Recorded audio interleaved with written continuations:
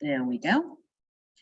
Good morning. This is the New York City Board of Standards and Appeals review session for February 7th, 2023. Please be reminded there is no public testimony during the review session. I am going to ask Vice Chair Shibata to lead today's hearing. Very well. Okay.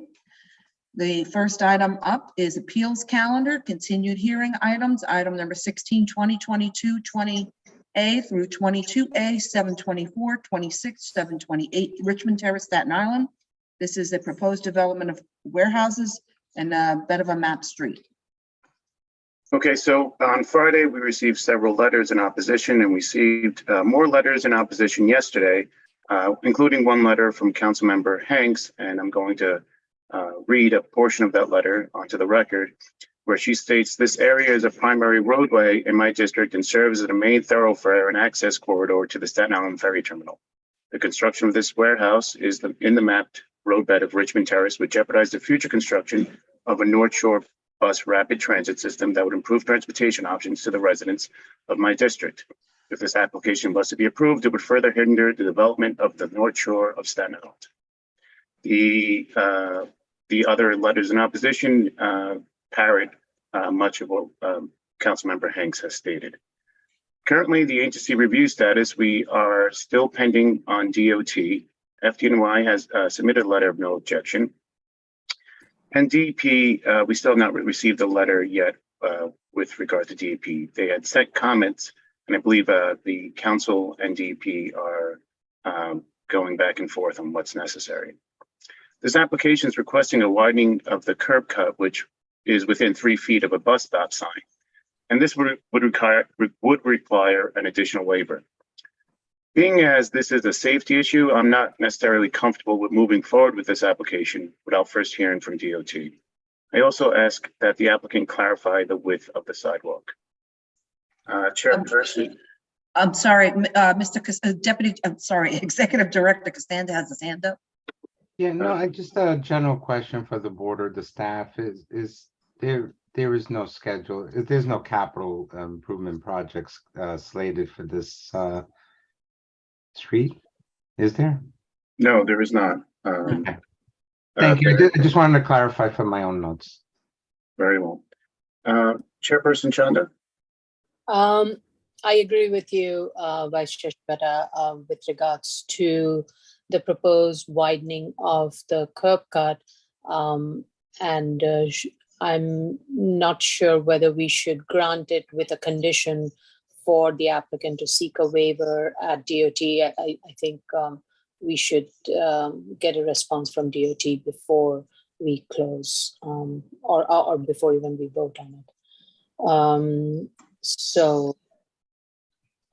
Yeah, and those are my comments. Thank you. Thank you, Chairperson. Commissioner Otley-Brown. I agree with both of you that we should wait on DOT for further instruction. Thank you, Commissioner. Commissioner Shepard. I totally agree, and this was one, like the only comment I have. I wouldn't move on without making sure that DOT is okay with the proposed conditions for the curb cut. So I'm in full agreement with my colleagues. Thank you. Thank you, Commissioner Sheta. And Commissioner Yoon? Excuse me, I also fully agree. I just have a couple comments to add.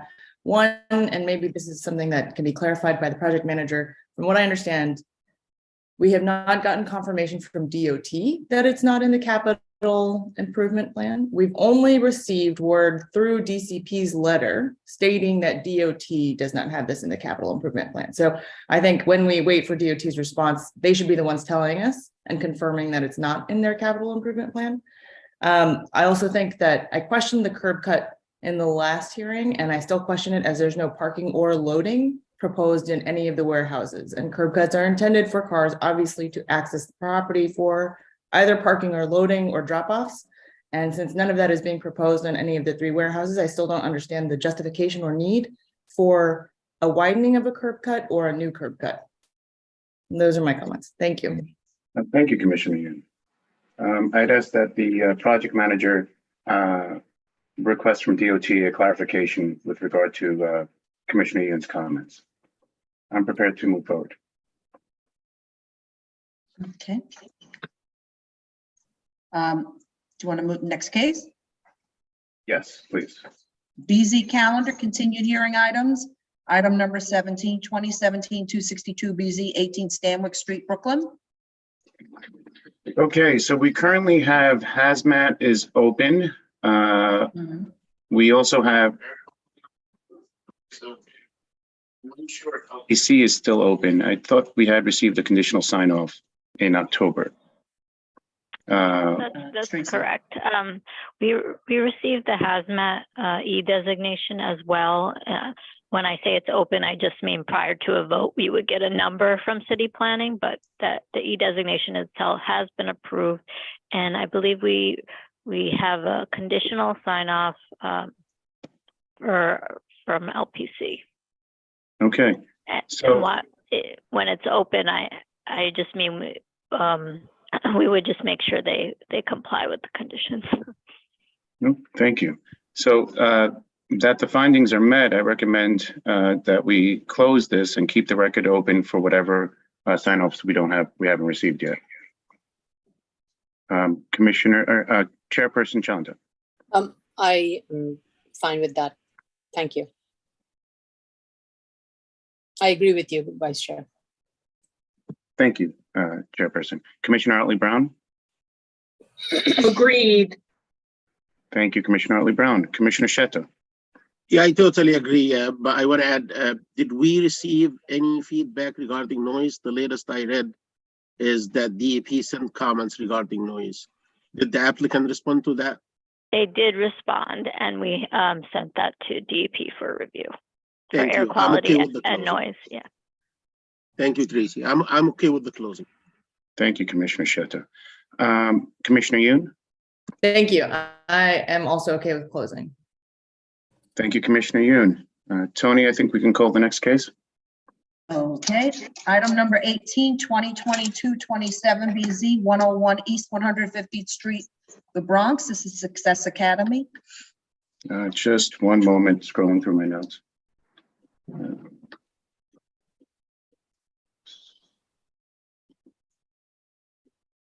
Okay, so hazmat is closed. DEP and air quality sign-offs have been received.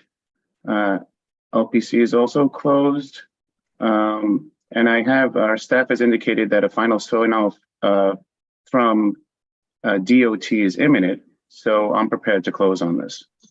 Chairperson Chanda. I agree with you, Vice Chair. Commissioner Otley Brown. Once again, agreed. Oh, this is a lucky day. Commissioner Shetta. Thank you, Vice Chair. I'm okay with closing. And Commissioner Yoon. I agree. Let's close. Thank you. Fantastic. Tony, can we call the next case? Sure. Item number 19, 2020-85 BZ, 114 Kingsland Avenue, Brooklyn. Just again, just one moment, just scrolling through the notes. Okay, in this application, they reduced the number of units from 8 to 7. The FAR was reduced from 2.2 to 2.0. This was resulting in a loss of about 480 square feet, and the lot coverage remains at 60.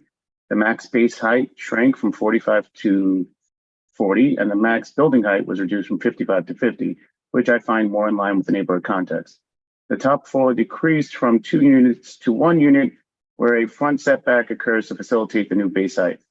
So now there were only 7 units as opposed to 8. I reviewed the economic analysis that was prepared from Barbara Cohen. I was satisfied with it, but I would like to hear Commissioner Otley Brown's thoughts. Just a point of clarity, I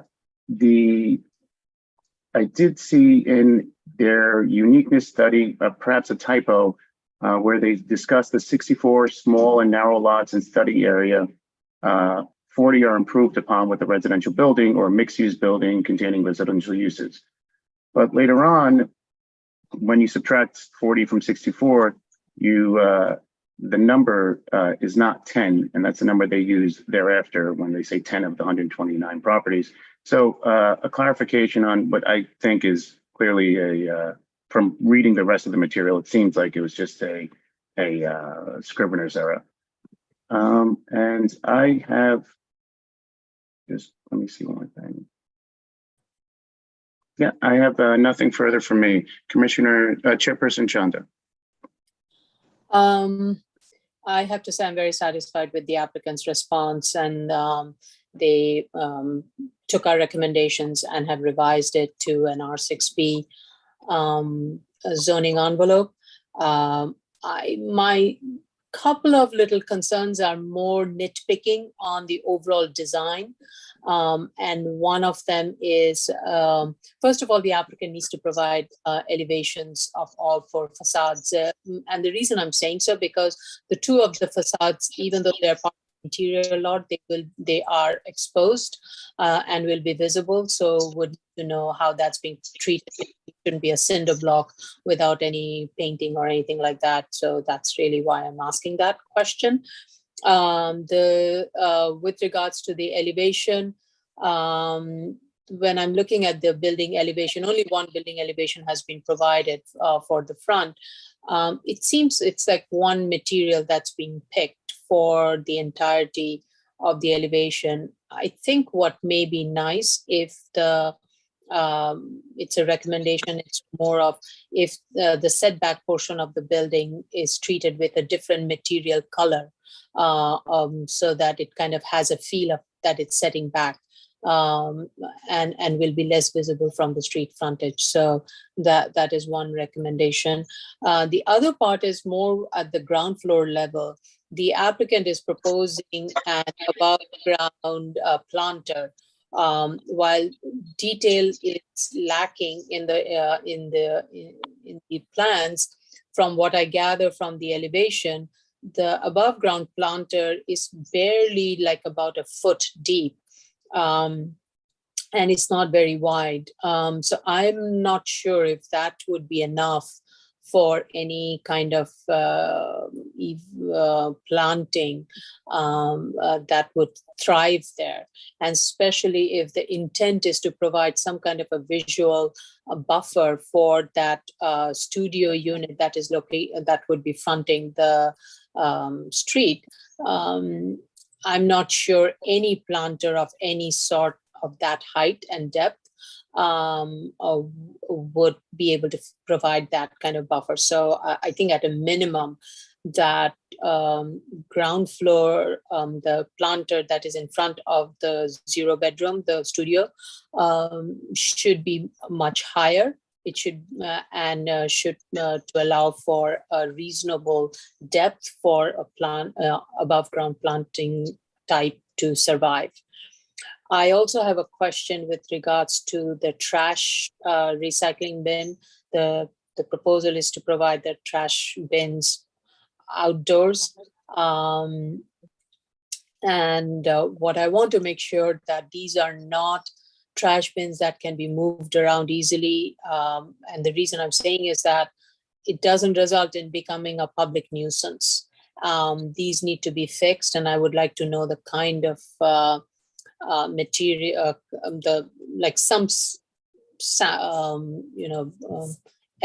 examples of the type of trash container that is being proposed. I'm not thrilled about this trash enclosure being in front, but I wish there was a better design solution to it. At least it needs to be fixed to the ground and cannot be moved around. And I still remain a little bit concerned about the accessory space in the cellar, especially for the studio, because the location of the studio is such that I'm just concerned as to how that accessory residential space would be used with the studio space. So I would like the applicant to provide a little bit more clarity and assurance, apart from just putting a note that it will not be for sleeping purposes. I think we need to have something more where the applicant in its applications, because these are rental units, need to have a clause very clearly stated that none of the spaces below grade are going to be for sleeping or habitable purposes, so that these don't become a secondary bedroom or even a primary bedroom eventually. So those are just my initial comments, but overall, I'm very satisfied with the changes the applicant has made with regards to the R6P. Thank you, Chairperson. Commissioner Otley-Brown? I found the financials were largely responsive to my particular questions. They revised the site value downward based on new sales that they found. Sales ranged from 2016 to 2021, and the site value went down from 425,000 to 359,000. They reviewed the residential apartment rents, and they made a slight increase to the one-bedroom rents. I would have expected a higher increase, but I'm not going to argue that point any further because they did review it and reanalyze the comparables. And I felt that the two-bedroom apartment was priced well enough considering its comparables and the fact that it's in a walk-up building on the 4th floor, which isn't that desirable. As for the construction costs for the as-of-right, they removed the staircase from the analysis, and it resulted in a very slight decrease in costs. However, I had already stated that I felt that the estimated construction costs for both the as-of-right and the proposed were within reason to begin with. So I have no problem with that. And I think in answer to our character question, as well as our minimum variance question, they did reduce the size of the building, and I found that that was appropriate, and they still were able to make it feasible. So I feel like they have reached the minimum variance at this point, so I have no other questions. Thank you, Commissioner Otley-Brown. Commissioner Sheta? Thank you. I have no further comments actually regarding the financials nor the construction cost. I agree with the chair that more views need to be added to the drawings, like elevations, probably another section. I agree on the condition or some disclaimer language on the basement accessory space. We want to make sure that this is not going to be part of the studio on the first floor. I only have one more advice to them, and I'm indicating this because if you look at the cellar footprint, it's not the same as the first floor footprint. The cellar is actually set back a little bit, probably about 10 feet. That means that the column for the first floor is gonna start the column for the outermost portion close to the street of the first floor is not going to be supported on a foundation wall. It's going to be supported on grade, the footing for that column, and it's going to be significantly higher than the second column inward. To like build something like that, caution need to be taken by the structural engineer. And I would like if the applicant convey this advice to the structural engineer and the geotechnical engineer, because it's gonna need some careful treatment when it comes to the foundation and the superstructure. Other than that, I have nothing else to add. Thank you. Thank you, Commissioner Sheta. Commissioner Yoon? Thank you. I agree with everything that's been stated, and I believe the applicant does need to provide the elevations for all sides and clarify the plan for feasibility in any follow-up submission. Thank you, Commissioner Yoon. Tony, I think we can move to the next case. The next item is continued hearings, item number 2021, 69BZ 240-10 Merrick Boulevard, Queens. This is a special permit for an accessory drive-through through an eating and drinking establishment. So in this matter, council has added 3 notes to the plans, and that I don't believe DOT has completed its review on those notes. So I think the only thing outstanding is DOT at this moment. Chairperson Chanda? I believe we just got a DOT sign up. I just saw an email from. Conditional. Oh, is it a condition? Tracy? Maybe. Ms. It's the Benke, final you- sign off. We Oh, I'm received the sorry. final sign off.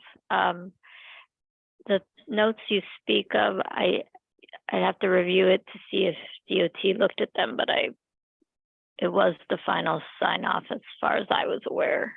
In which case, I'd be prepared to close on this. The conditions, there's a condition associated with it, right? The DOT. Yeah. No parking signage next to bus stop. I believe applicant will install a speed bump at the end of the drive-through before cars can exit onto Merritt Boulevard. And they also wanted a condition that under no circumstances shall motor vehicle queues be allowed to spill back onto Merrick Boulevard, including blockages of the sidewalk. And that's in the sign off. The wording is in the sign off as well. Yeah, and it says if this condition fails to be met during operation of the facility, New York City will take actions with BSA and DOB to revoke approvals for the drive-through window and or the curb cut. And also the applicant is required to submit a builder's pavement plan.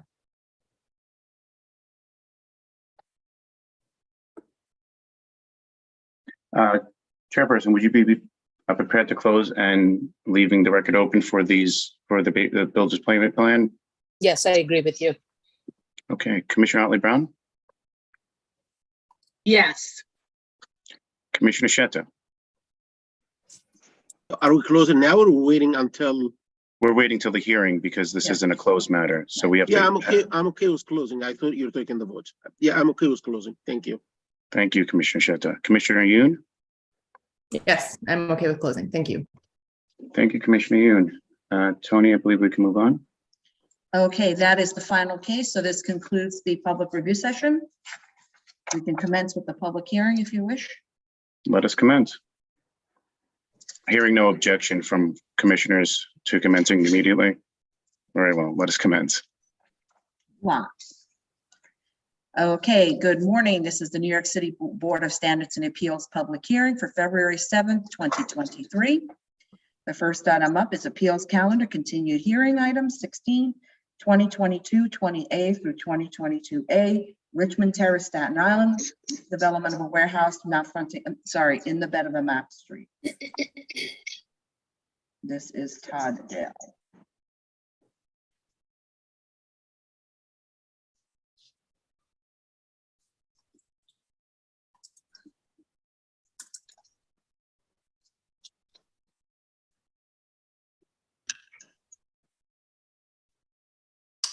Good morning, Todd Dale for the applicant.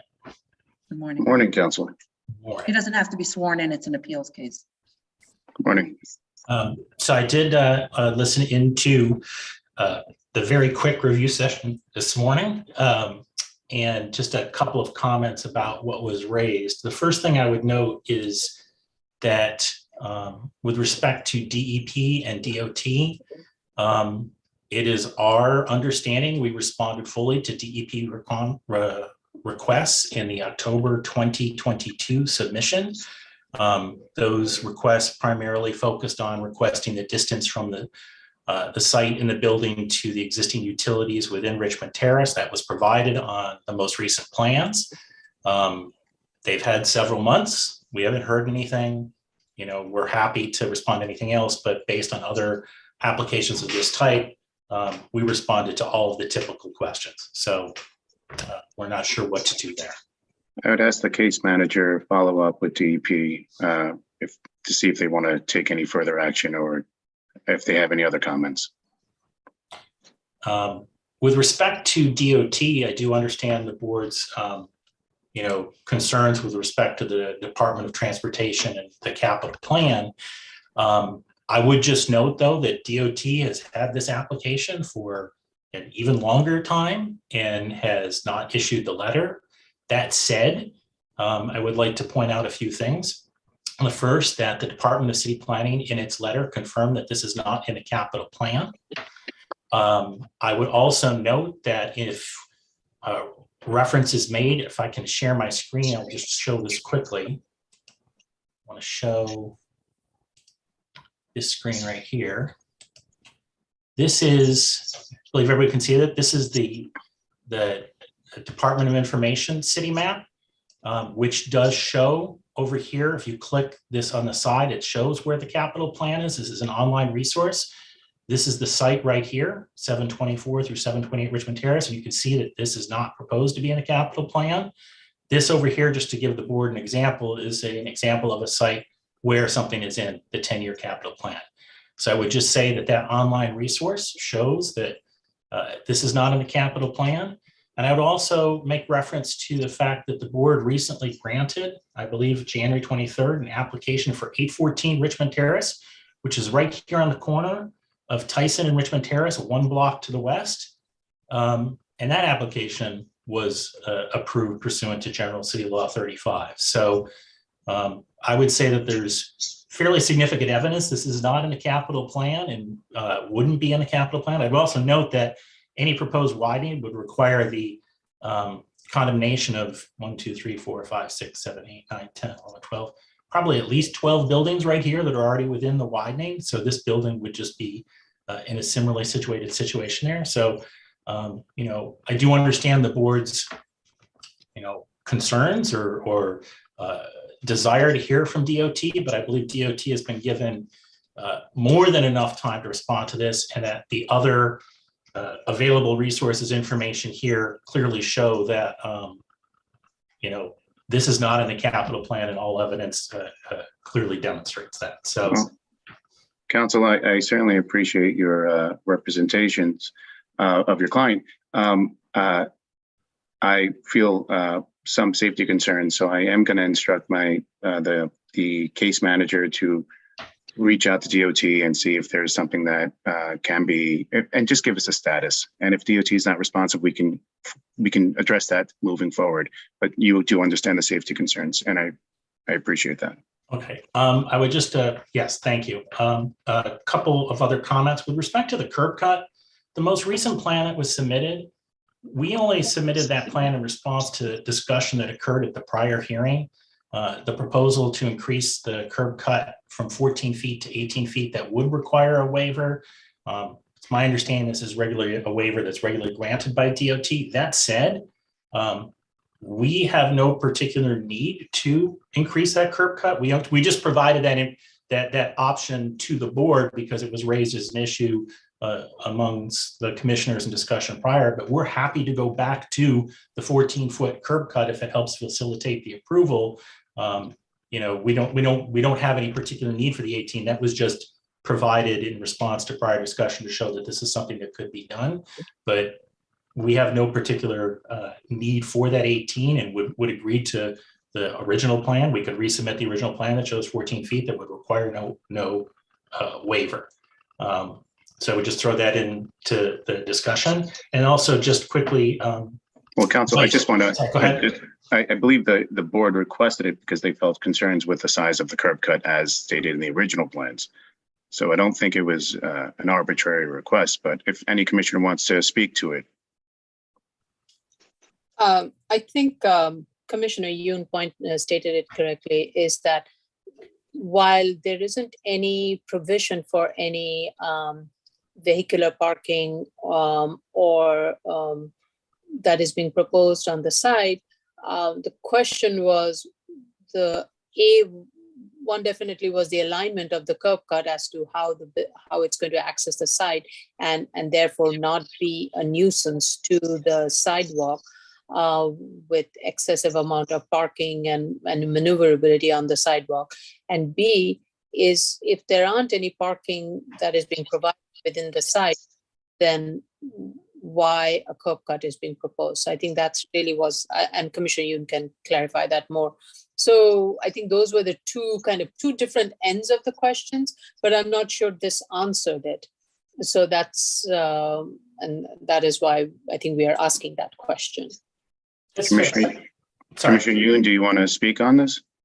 Yeah, and maybe, anyway, yes, in my mind, I don't understand the need for a new curb cut at all. There's no parking or loading proposed on any of the 3 individual sites.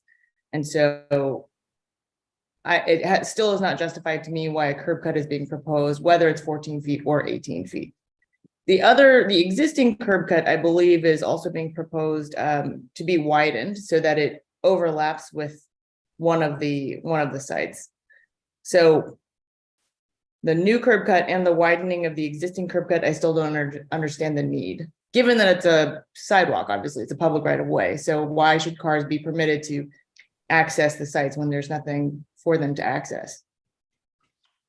Those are fair questions. Perhaps I can add a little clarity. I would say, first of all, these are designed as small warehouses that would be used by, local contractors. We don't have specific tenants, but what I'd like to do is I'd like to share my screen again just quickly to show, just to give the board a idea of what this is. This is the site right here where the trees are.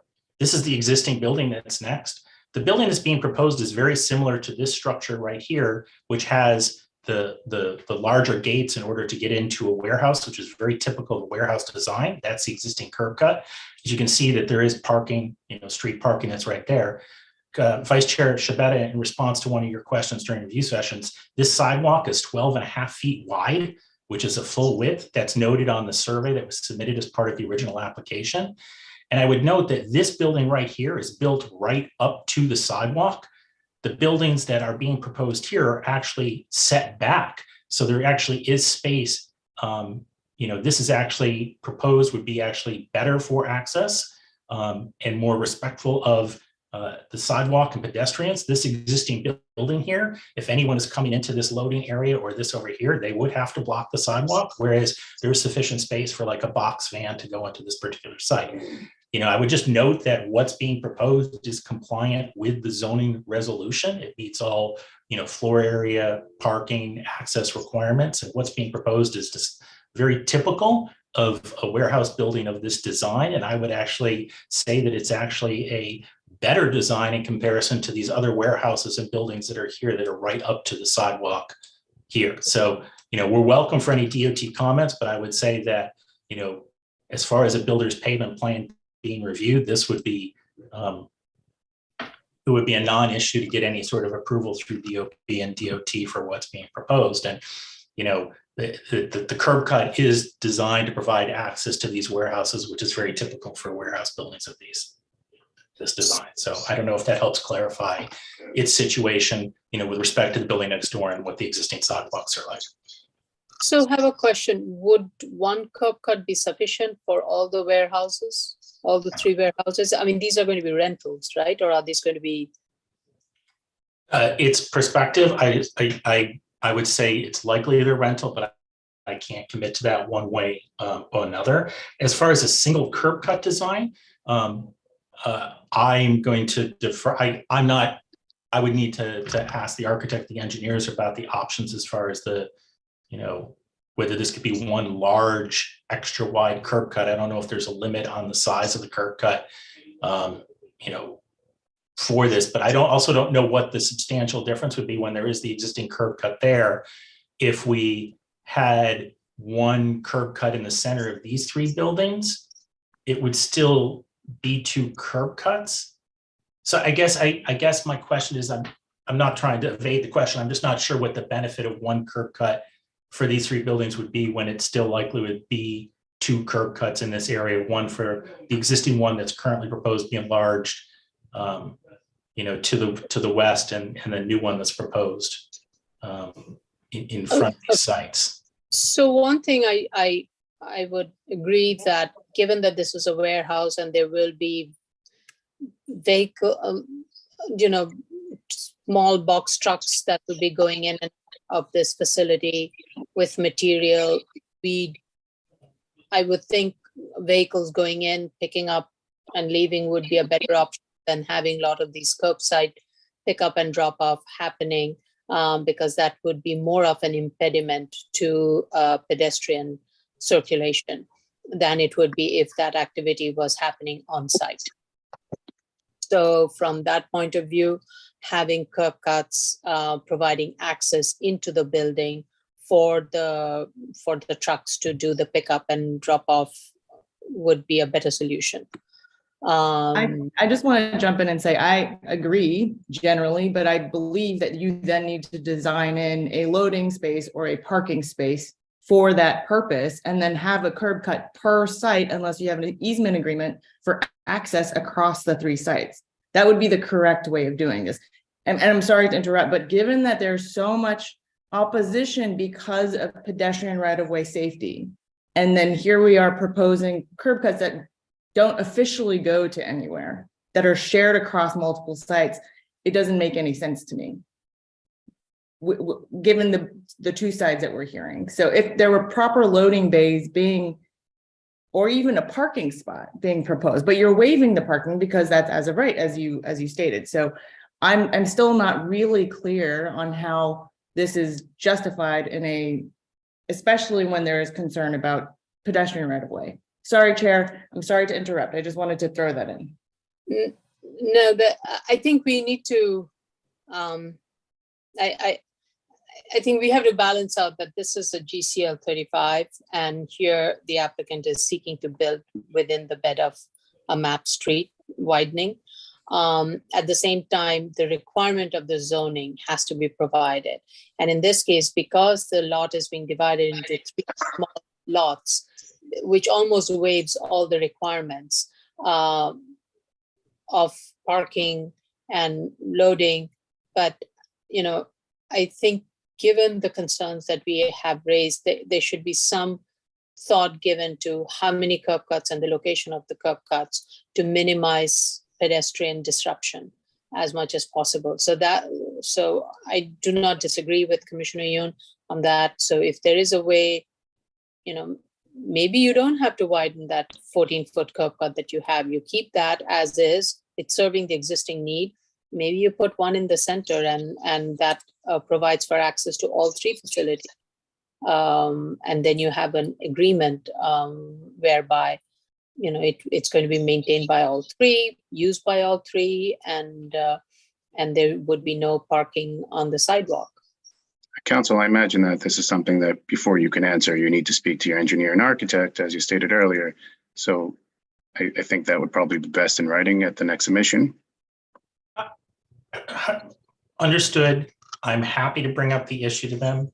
I would just want to assure the board that there is a lot of flexibility on the part of the property owner with respect to curb cut design. I don't think they're married to location or width or whatever. They do want the curb cuts in order to provide, a less disturbing access, as the chair noted, to these warehouses. What I would say is that the frustration is that this has been a significant amount of time waiting for DOT to weigh in, and we're happy to respond to DOT comments with respect to the curb cuts if they want to get some initial feedback, but we also don't want to have this sit and delay months after months after months while we wait for a city agency and its failure to respond when this board is proceeding in a very efficient fashion. Well, thank you for the compliment of our fashion of proceeding. Again, I'll have the case manager reach out to DOT and try to expedite some understanding of what's going on. I think the reason we all unanimously here kind of felt that we needed DOT to respond back is because of the widening of the curb cut, which typically requires a waiver. If you're going to propose a curb cut that is not going to require DOT waiver, maybe that's something we can look into, but it still needs to answer the questions that the commissioner is raising more from that is not within the DOT purview. It's what we are raising as to how it would minimize the pedestrian conflict.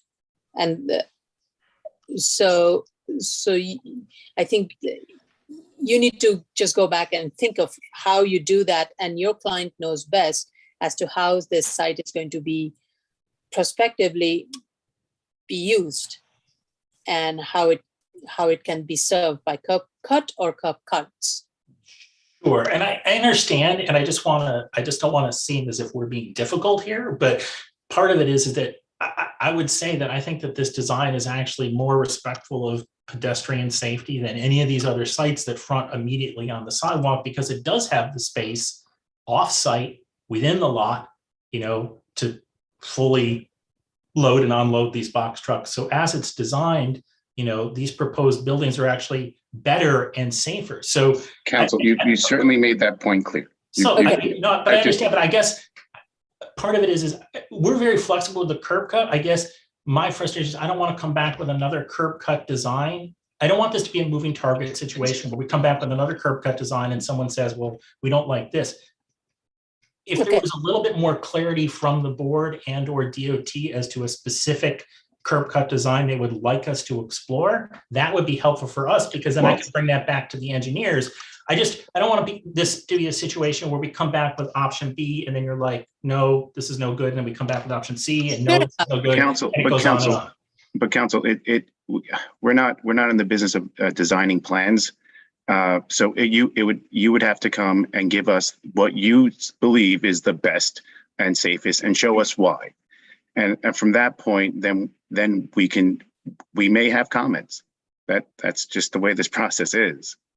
So, Mr. Dale, I think one of the questions that Commissioner Yoon raised was, like you said, there would be box trucks that would be using. So you will have some parking on the site, on that portion of the open area.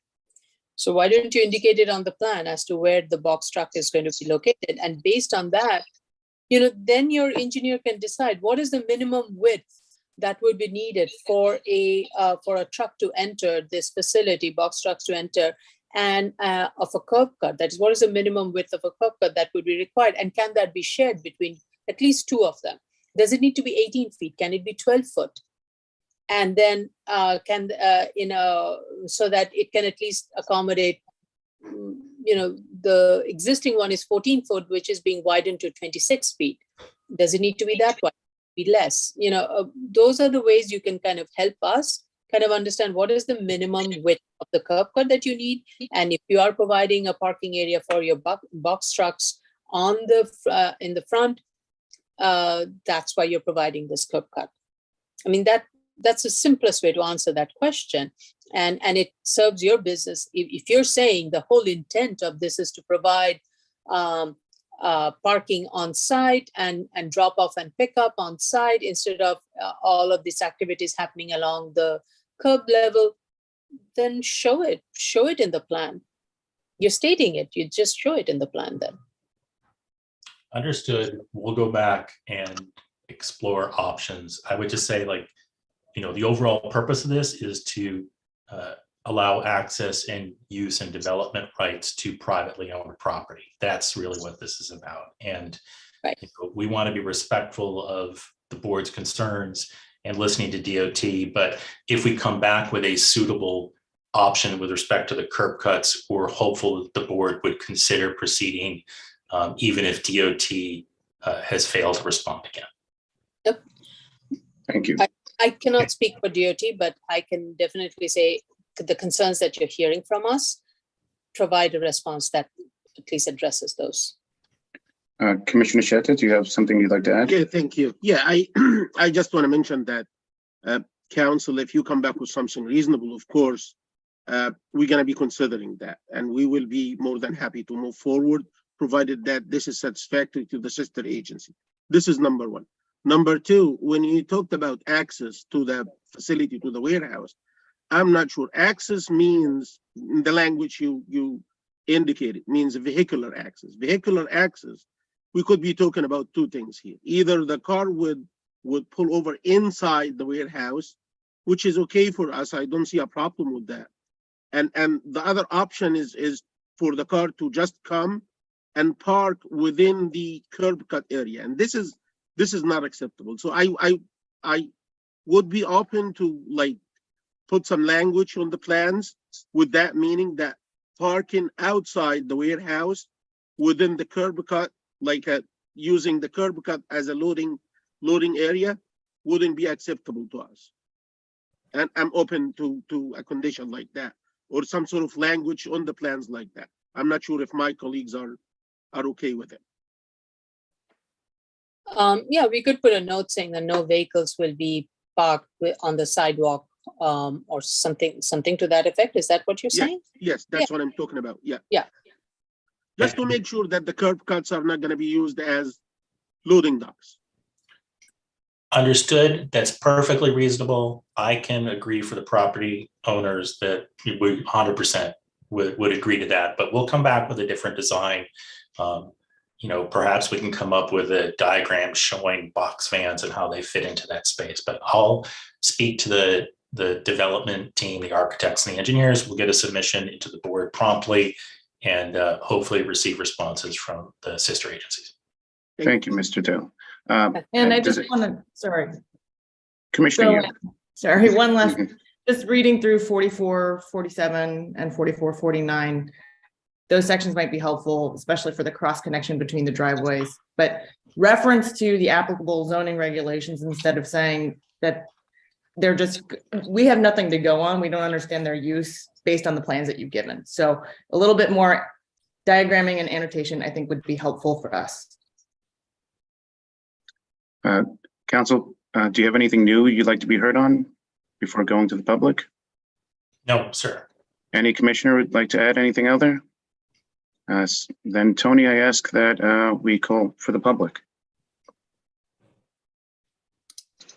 Okay, the case that we're currently discussing is 2022-20A through 2022-22A, 724, 726, 728 Richmond Terrace, Staten Island. Proposed development of a warehouses in the bed of a map street. Should you wish to discuss, dial 646-558-8656 or our toll-free number outside the city line, which is 888-475-4499. You will enter the webinar ID number 890-5291-4744 and press the pound sign. At the next prompt, you will press the pound sign. Once you're in, you can press *9 to raise your hand, *6 to unmute if you are on the phone. And if you're in the Zoom room already, please raise your Zoom hand, which is a small hand at the bottom of your screen. Once you are all in, you can present for 3 minutes.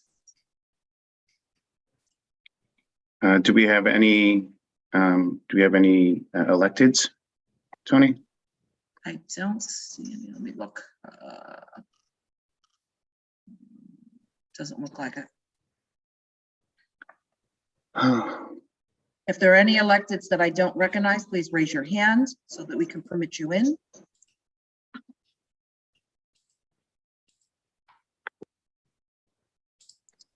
Yeah. Okay, I haven't seen anyone raise their hand, so I'm going to ask you, counsel, how long do you think you need to submit? We could submit very quickly because it's really this singular issue, but I would defer to the board if they want to have a little bit extra time to reach out to DOT. I would just request that it's a little extra time and not a lot of extra time.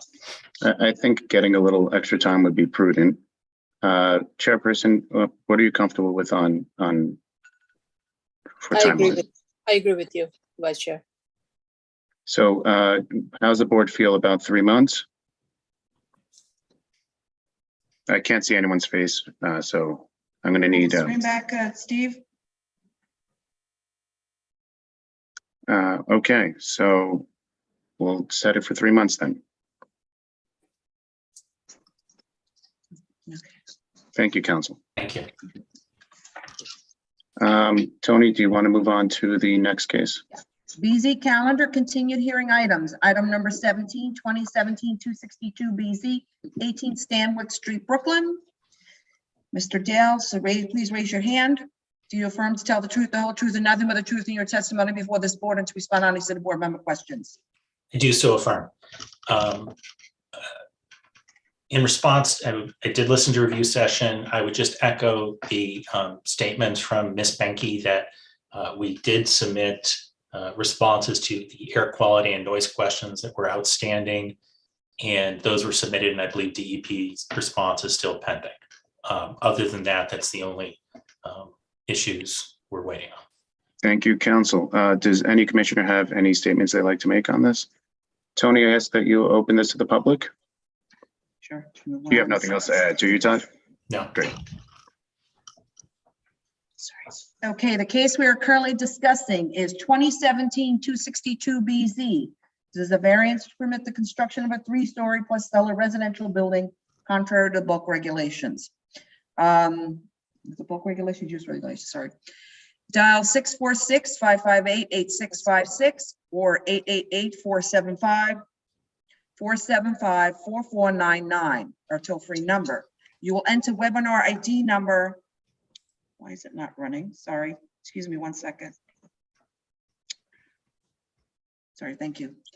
You will enter webinar ID number 890-5291-4744 and press the pound sign. You will then press the pound sign at the next prompt. Once you're permitted in, press *9 to raise your hand, *6 to unmute if you are on the phone in order to speak. And if you're in the Zoom room already and wish to discuss this application on Stanwyck Street, please raise your Zoom hand, which is the little hand at the bottom of your computer screen. Once you all are permitted in, you will have 3 minutes to discuss. Please raise your hands if you wish to attend the discussion. And this is for only 18 Stanwyck Street.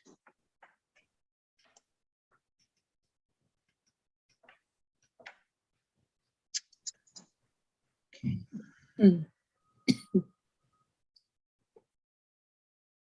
In the hands.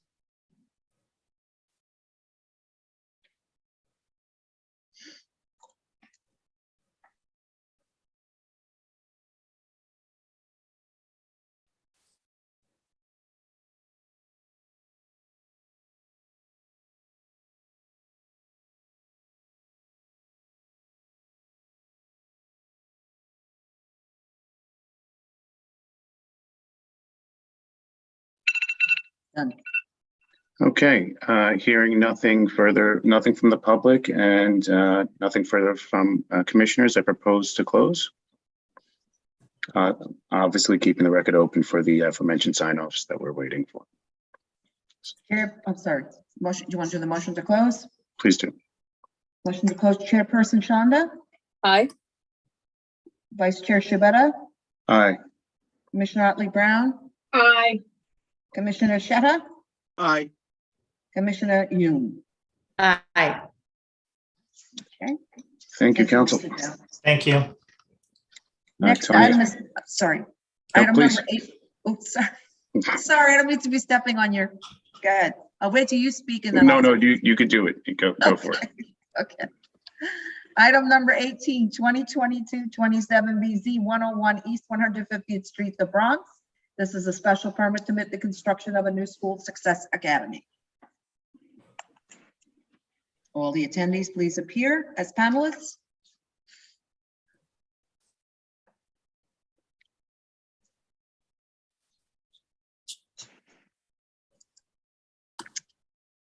I have one that's raising their hand. Please let them in. Michael Palmer and Judy Gallant.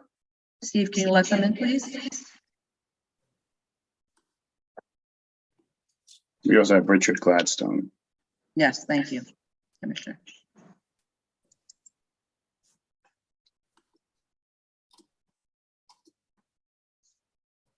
Good morning, Vice Chair Shibata, Chair Shonda, and Commissioners. Judy Gallant on behalf of the applicant. I have to, yes, swear. Yes, Sorry. I just want to wait till your team is all in. I don't think anybody will be speaking. Oh, okay. All right. Being that said, let me read you. Do you affirm to tell the, raise your right hand. Do you affirm to tell the truth, the whole truth, and nothing but the truth in the testimony before this board, and to respond honestly to board member questions? I do. Good morning, Ms. Gallant. Good morning. Good morning, Vice Chair, Chair Chanda, and Commissioners. Judy Gallant on behalf of the applicant. I listened to your review session, and I understand that DOT sign-off is imminent and that other sign-offs have been obtained. I would like to just express my gratitude to the BSA's excellent staff who have worked hard and diligently to get to this point. So thank you. Yeah, we are very lucky to have them. Any comments from commissioners? My only thing, I think there would be a letter that would have to be provided by the applicant with regards to commitment that DOT would be requiring. I believe that's in the draft and DOT is reviewing that. Yes, and that's part of their sign off. We're working with DOT to get them the language that they would like to see. Great, glad. And thank you, Ms. Gallant, for working with our team and DOT in expeditious moving this through. Thank you. Thank you. Do any other commissioners have any comments they'd like to make? Seeing everyone nodding their head in the negative, I ask that we call the public. Okay. We call for public testimonies. Forgive me. Yes. Please show the screen. Thank you, Steve. The case that we're currently discussing is 2022-27 BZ 101 East 150th Street, the Bronx. This is a special permit to permit the construction of a new school with Success Academy. Should you wish to discuss, dial 646-558-8656 or our toll-free number, which is 888-475-4499. You will enter the webinar ID number 890-5291-4744 and the pound sign. At the next prompt, you will press the pound sign. Once you're in, you will press *9 to raise your hand, *6 to unmute if you are on the phone. And if you're in the Zoom room already and wish to participate, please raise your Zoom hand, which is a hand, small hands at the bottom of your computer screen. Once you are permitted in, you will have 3 minutes to discuss.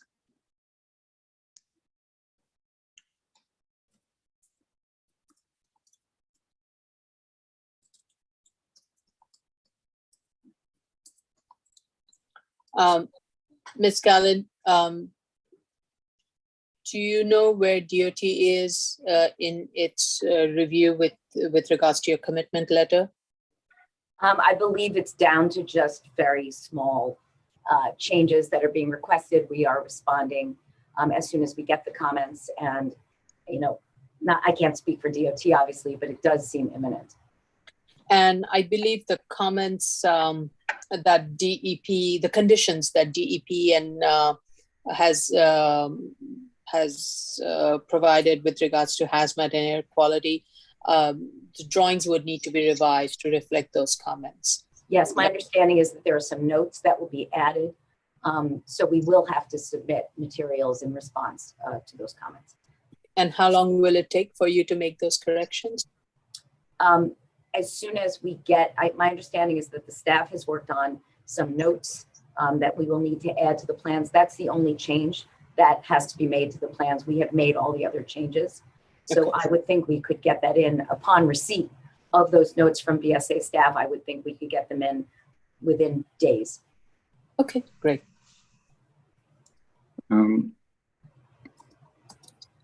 Tony, how much more time do we have? We're done, sir. Okay, so having heard nothing from the public and based on the representations of both the applicant's counsel and our BSA staff, I feel comfortable closing this, leaving the record open for the updated plans that reflect the comments on the notes, as well as for DOT's final sign off. There may have to be other updates once we get the final sign off and the notes. We may have to submit the findings, et cetera. How much time do you think you would need? How much time do you think you would need? Where basically everything is ready, just pending those notes. So I really don't think we need more than a few days after we receive the notes from the BSA staff. We're just So- waiting on the DOT sign off as well to see if there's any notes. We can provide the noise notes today. So again, I feel comfortable closing. I'd ask to make a motion to close. And Okay. we will try to schedule it, once we have all the necessary sign-offs, and then factoring in about a week for you to submit all the revised package. That should be fine, yes. Okay, Chairperson, for the motion to close, Chairperson Chanda, Aye. Vice Chair Shabeta, Aye. Commissioner Otley Brown, Aye. Commissioner Shetta, Aye. Commissioner Yoon. Aye. Thank you. So Ms. Gallant, as you've been working very closely with the BSA staff, I continue to do so we can schedule this for a final vote. We will, of course. Thank you. Thank you. Thank you. Item number 19, 2020 85 BZ, 114 Kingsland Avenue, Brooklyn.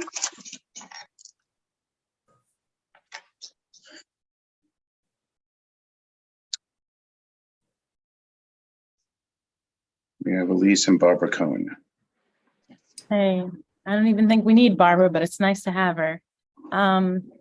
Okay, let me swear you in. Wait, Do you have but we anyone need, else? where I'm is somebody sorry. we do need? There is somebody we do need. Haley? Paget? Do you see her?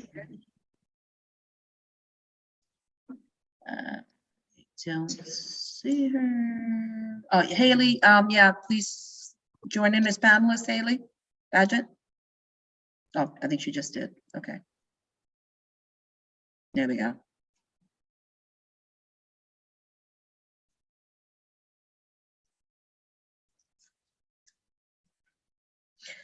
Okay, so everyone unmute. Is that it, Elise, Ms. Polidare? Yep. Okay, please unmute. Please raise your right hand.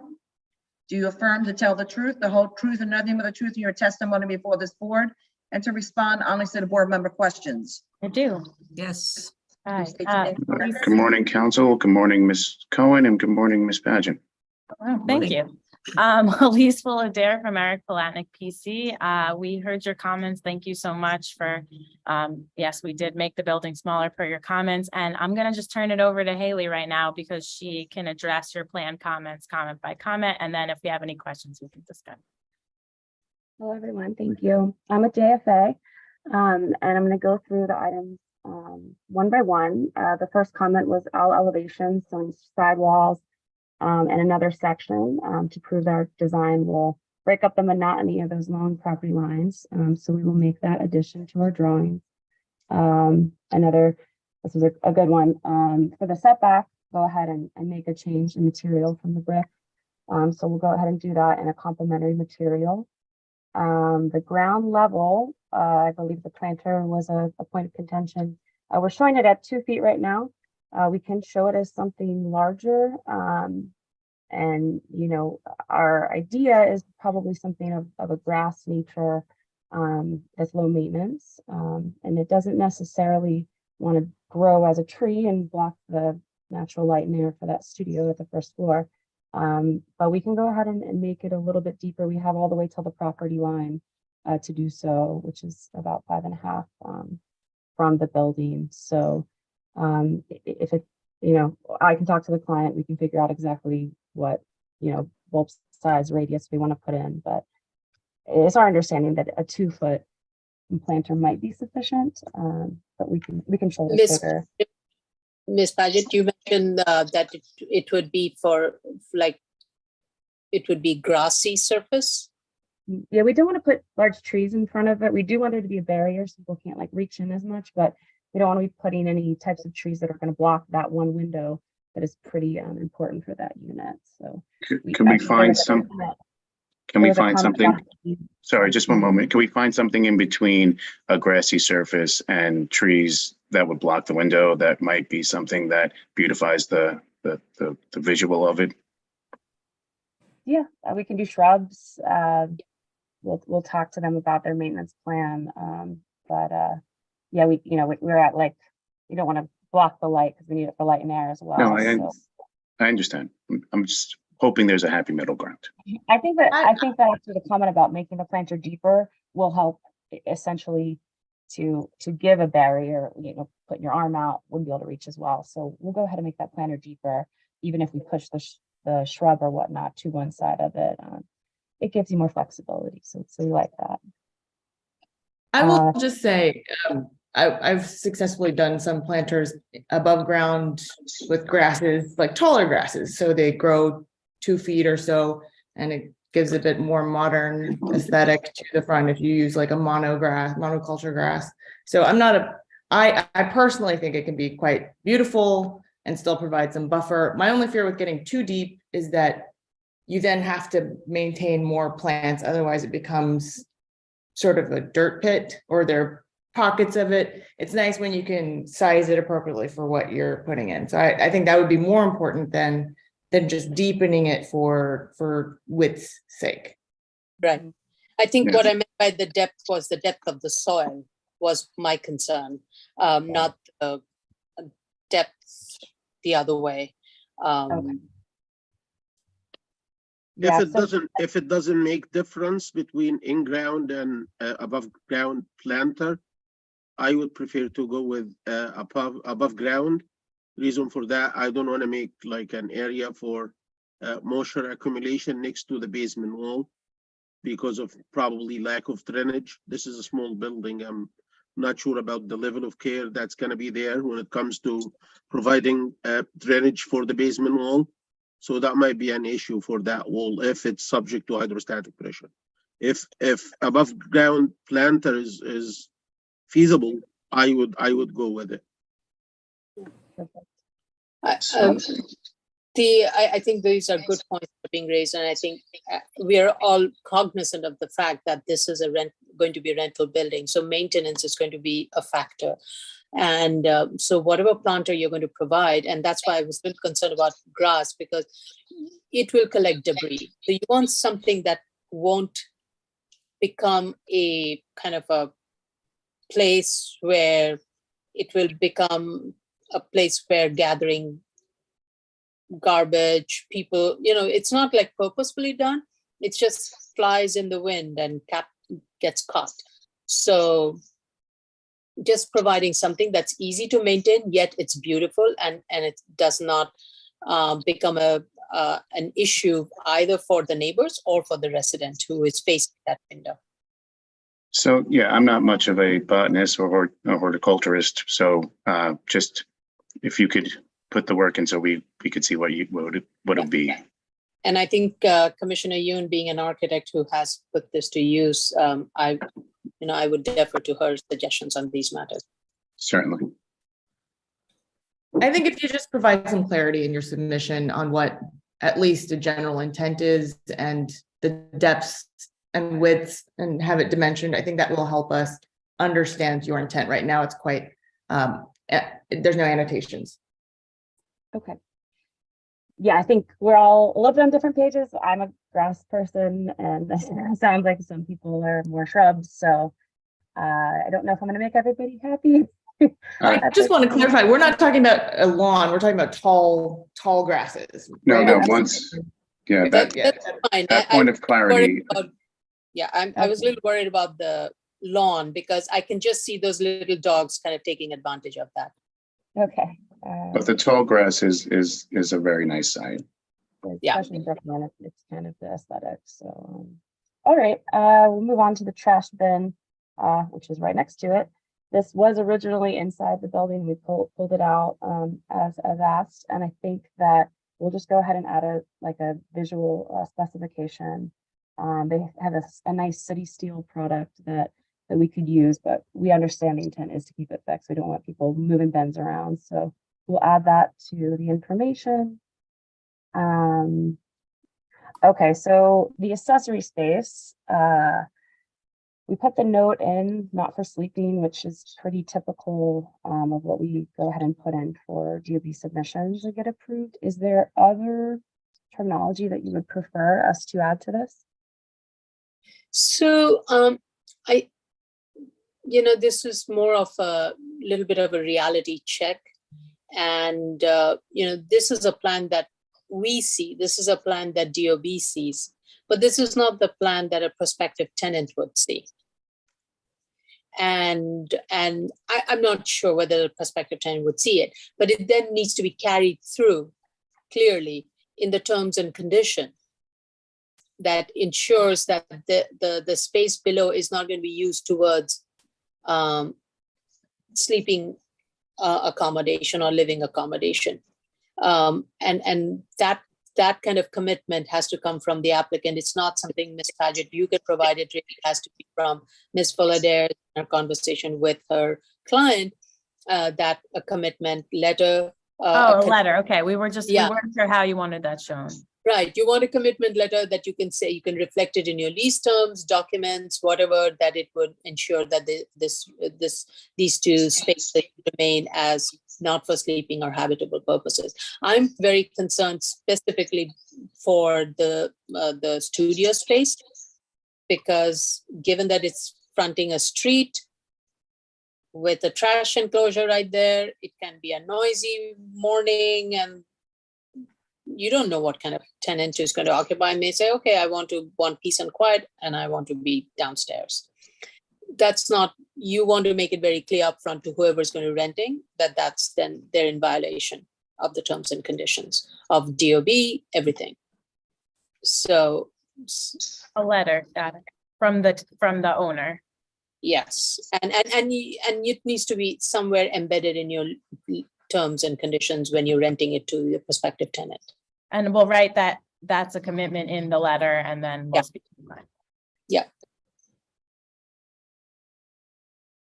Want to go? Can we move on to the next topic from you guys? Let's see, the cellar setback. Yeah, this is a good point for our geotechs and our structural engineers. We originally had the building at the exact footprint of the first floor and above. We pushed it back at the entry setback. And a big point of that was to shrink the accessory spaces so that they don't seem habitable at all, and they won't be.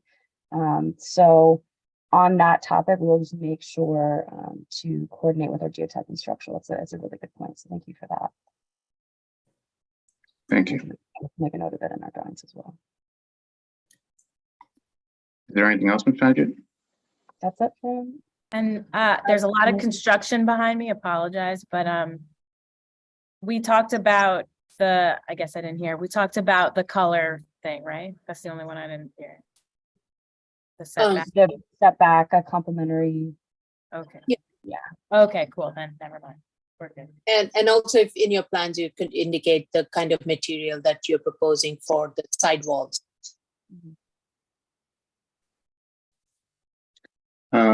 Any other comments from any commissioners? Tony, would you can you call for any public testimony? Okay, Steve. Thank you. The case we are currently discussing is 2020-85 BZ 114 Kingsland Avenue, Brooklyn. This is a variance to permit development of a four-story 7-unit residential building. Should you wish to discuss, dial 646-558-8656 or our toll-free number 888-475-4499. You will enter the webinar ID number 890-521-91, 521-91-4744, and press the pound sign. You will then press the pound sign at the next prompt. Once you're permitted in, you'll press *9 to raise your hand, *6 to unmute if you are on the phone in order to be heard. If you are in the Zoom room already and wish to join in this discussion, please raise your Zoom hand, which is on the bottom of your screen. Once you are all permitted in, you will have 3 minutes to discuss. So while we await for public testimony, I'd like to ask the applicant team how long they think they would need to submit. A week, or about a week. So the best date you can give us we'll take, because we can certainly have it on time. Okay. Secret.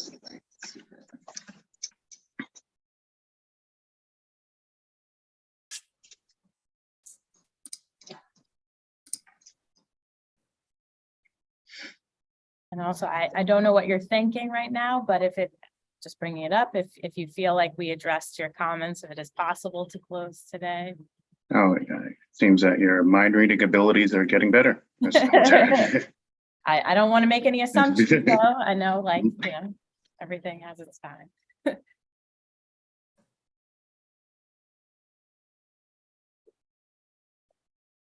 Just need a couple of minutes, another minute. Thank you, Haley, for going through all the comments. I'm just going to say thank you while we're here.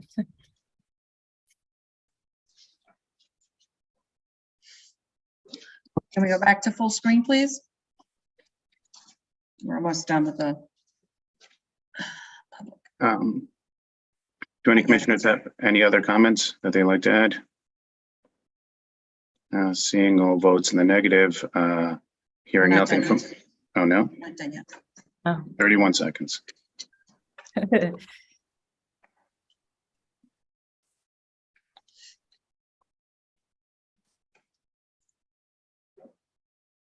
What is that noise?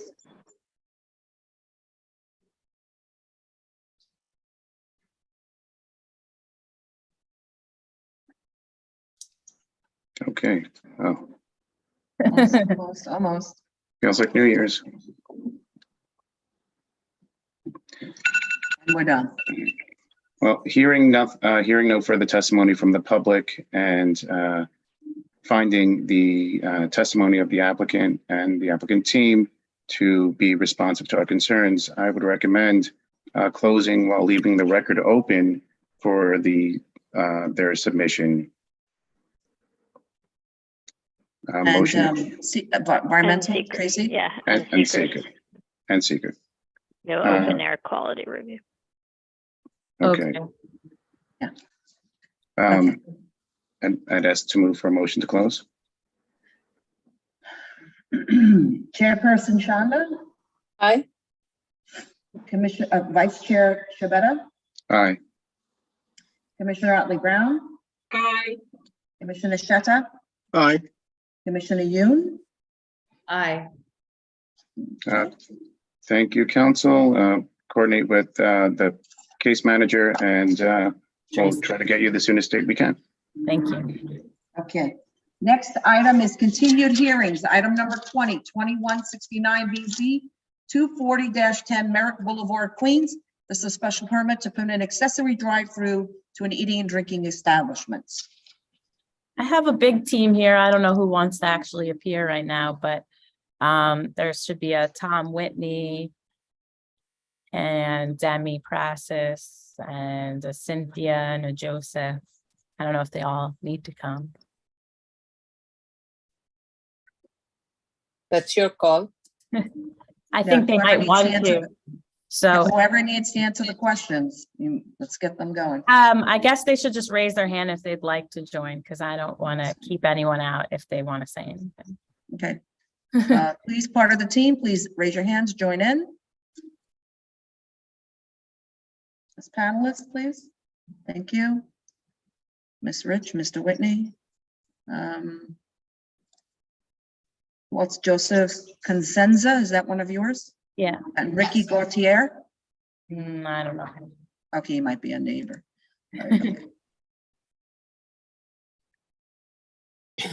And Demi is. Yeah. Okay.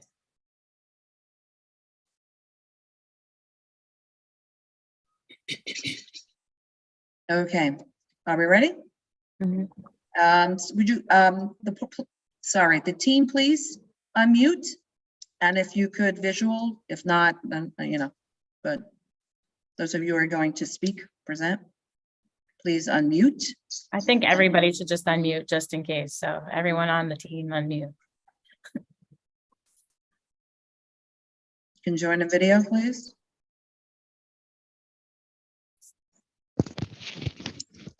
Oh, there you are. Okay. Are we ready, Elise? Mhm. Okay, everyone raise your hand, right hand. Do you affirm to tell the truth, the whole truth, and nothing but the truth in your, thank you.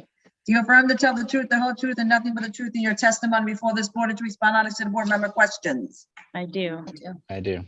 Okay. Thank you. Elise Polidare from Eric Polanic, PC. I'm here with Cynthia from the ownership and Tom, the architect, and I don't think anyone else will be speaking. We heard your comments and I have just one question. I reread the sign-off letter from DOT and it says that,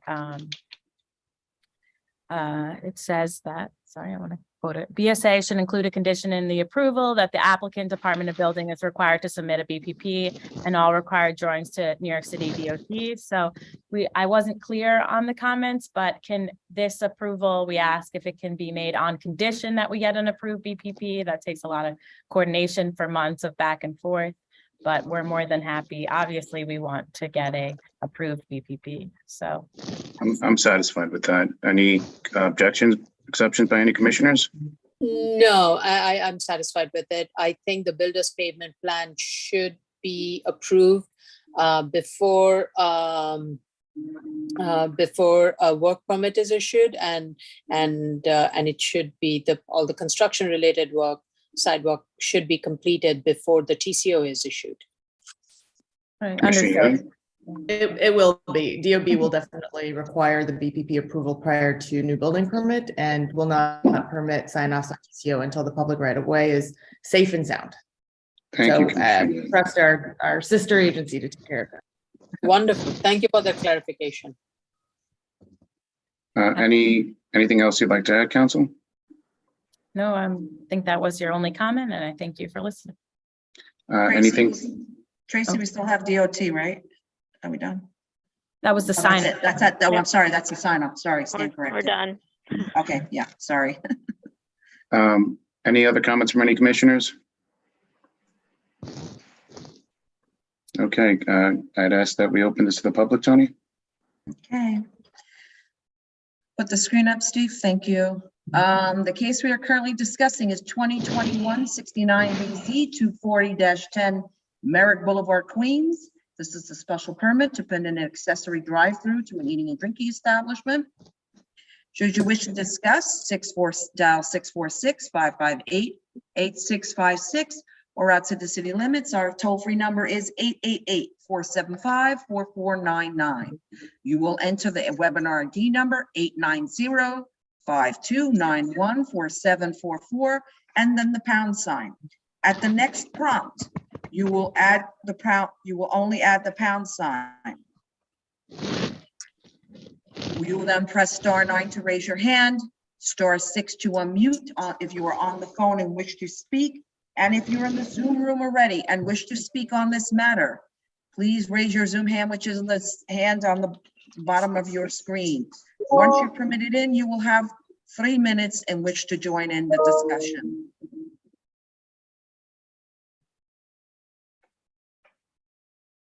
This is only on 240-10 Merrick Boulevard, Queens.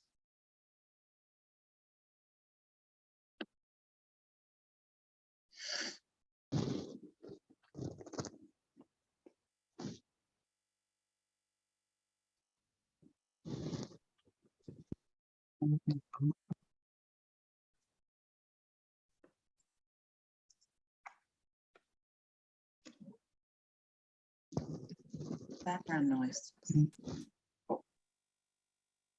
If anyone is not speaking, please mute. Oh, sorry, that's me, construction.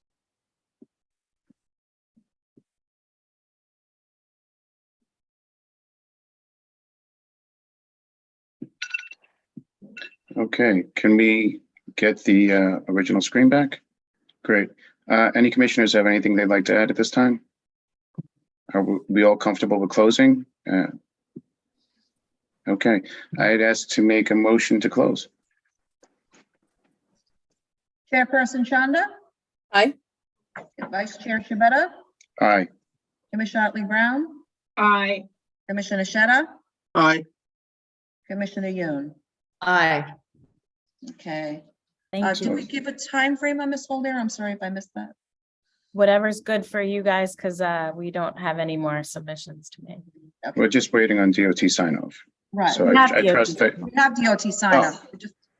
So, okay, we'll schedule this. And When you can.